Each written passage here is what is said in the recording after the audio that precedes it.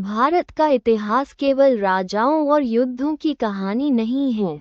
ये भारत की सभ्यता, संस्कृति, समाज, धर्म और विकास की कहानी है। उत्तर में हिमालय से लेकर दक्षिण में समुद्र तक फैला यह उपमहाद्वीप भारतवर्ष के नाम से जाना जाता है। यूनानियों ने इसे इंडिया कहा। मध्यकालीन मुस्लिम इतिहासकारों ने इसे हिंद अथवा हिंदुस्तान कहा। भारतीय इतिहास को अध्ययन की सुविधा के लिए 3 भागों में बांटा गया है। पहला है प्राचीन भारत, दूसरा है मध्यकालीन भारत और तीसरा है आधुनिक भारत। प्राचीन भारतीय इतिहास के विषय में जानकारी मुख्यतः 4 स्रोतों से प्राप्त होती है: धर्म ग्रंथ, ऐतिहासिक ग्रंथ, विदेशियों का विवरण और पुरातत्व संबंधी साक्ष्य। भारत का सर्वप्राचीन धार्मिक साहित्य वेद हैं। वेदों के संकलनकर्ता महर्षि कृष्णद्वैपायन वेद व्यास को माना जाता है। वेद 4 हैं: ऋग्वेद, यजुर्वेद, सामवेद और अथर्ववेद। ऋचाओं के क्रमबद्ध ज्ञान के संग्रह को ऋग्वेद कहा जाता है। इसमें 10 मंडल, 1028 सूक्त तथा 10,462 ऋचाएं हैं। मंत्रों को पढ़ने वाले ऋषि को होत्री कहा जाता है। ऋग्वेद से आर्यों की राजनीतिक प्रणाली और इतिहास की जानकारी मिलती है। इसके तीसरे मंडल में प्रसिद्ध गायत्री मंत्र हैं। ऋग्वेद के पुरुष सूक्त में चातुर्वर्ण्य समाज की कल्पना का उल्लेख मिलता है। 4 वर्ण हैं: ब्राह्मण, क्षत्रिय, वैश्य और शूद्र। वामनावतार के 3 पगों के आख्यान का प्राचीनतम स्रोत ऋग्वेद है।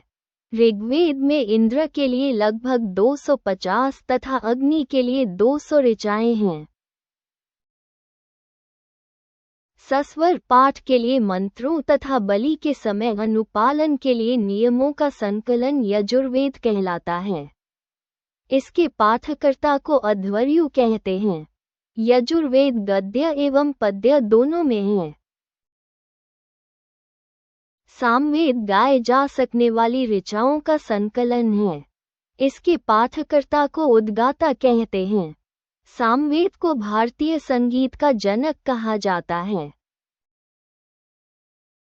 अथर्ववेद में रोग निवारण, तंत्र मंत्र, जादू टोना, शाप, वशीकरण, औषधि, विवाह, प्रेम, राजकर्म तथा मातृभूमि जैसे विविध विषयों का वर्णन है। इसमें सभा और समिति को प्रजापति की 2 पुत्रियां कहा गया है। सबसे प्राचीन वेद ऋग्वेद और सबसे बाद का वेद अथर्ववेद माना जाता है। वेदों को भली भांति समझने के लिए 6 वेदांगों की रचना हुई। ये हैं शिक्षा, ज्योतिष, कल्प, व्याकरण, निरुक्त और छंद। भारतीय ऐतिहासिक कथाओं का सबसे अच्छा क्रमबद्ध विवरण पुराणों में मिलता है। पुराणों की संख्या 18 है। मत्स्य, वायु, विष्णु, भागवत और ब्रह्मांड पुराणों में राजाओं की वंशावली मिलती है। मत्स्य पुराण को सबसे प्राचीन एवं प्रामाणिक माना जाता है। मनुस्मृति सबसे प्राचीन एवं प्रामाणिक स्मृति ग्रंथों में प्रमुख है। नारद स्मृति गुप्त युग के विषय में जानकारी प्रदान करती है। जातक में बुद्ध के पूर्व जन्म की कथाएं वर्णित हैं। जैन धर्म के प्रारंभिक इतिहास की जानकारी कल्पसूत्र से प्राप्त होती है। अर्थशास्त्र के लेखक चाणक्य अर्थात कौटिल्य या विष्णुगुप्त हैं। इससे मौर्यकालीन इतिहास की जानकारी मिलती है। संस्कृत साहित्य में ऐतिहासिक घटनाओं को क्रमबद्ध लिखने का महत्वपूर्ण प्रयास कल्हण ने किया। उनकी पुस्तक राजतरंगिणी कश्मीर के इतिहास का प्रमुख स्रोत है।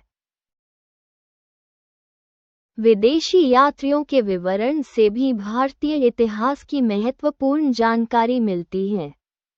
हेरोडोटस ने भारत और फारस के संबंधों का वर्णन किया।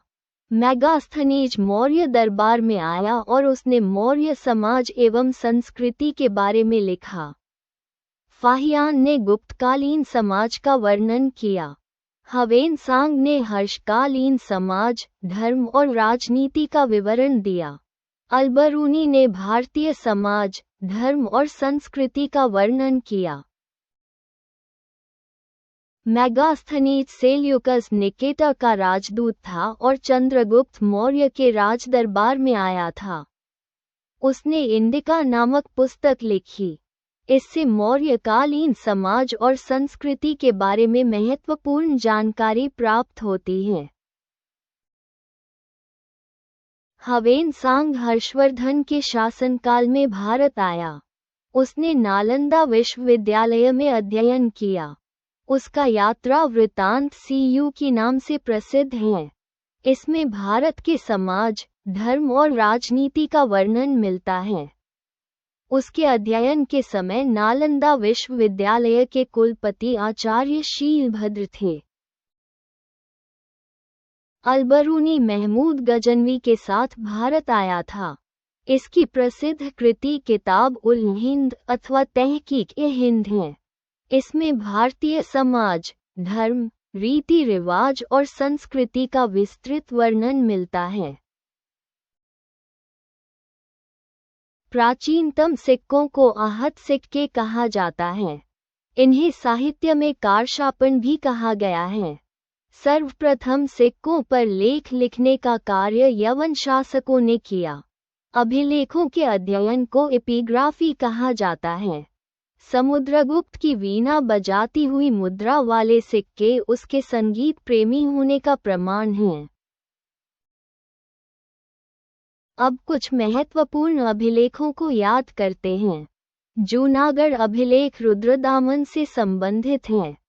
नासिक अभिलेख गौतमी बलश्री से संबंधित हैं। प्रयाग स्तंभ लेख समुद्रगुप्त से संबंधित हैं। ऐहोल अभिलेख पुलकेशिन द्वितीय से संबंधित हैं। मंदसौर अभिलेख यशोधर्मन से और एर्न अभिलेख भानुगुप्त से संबंधित हैं।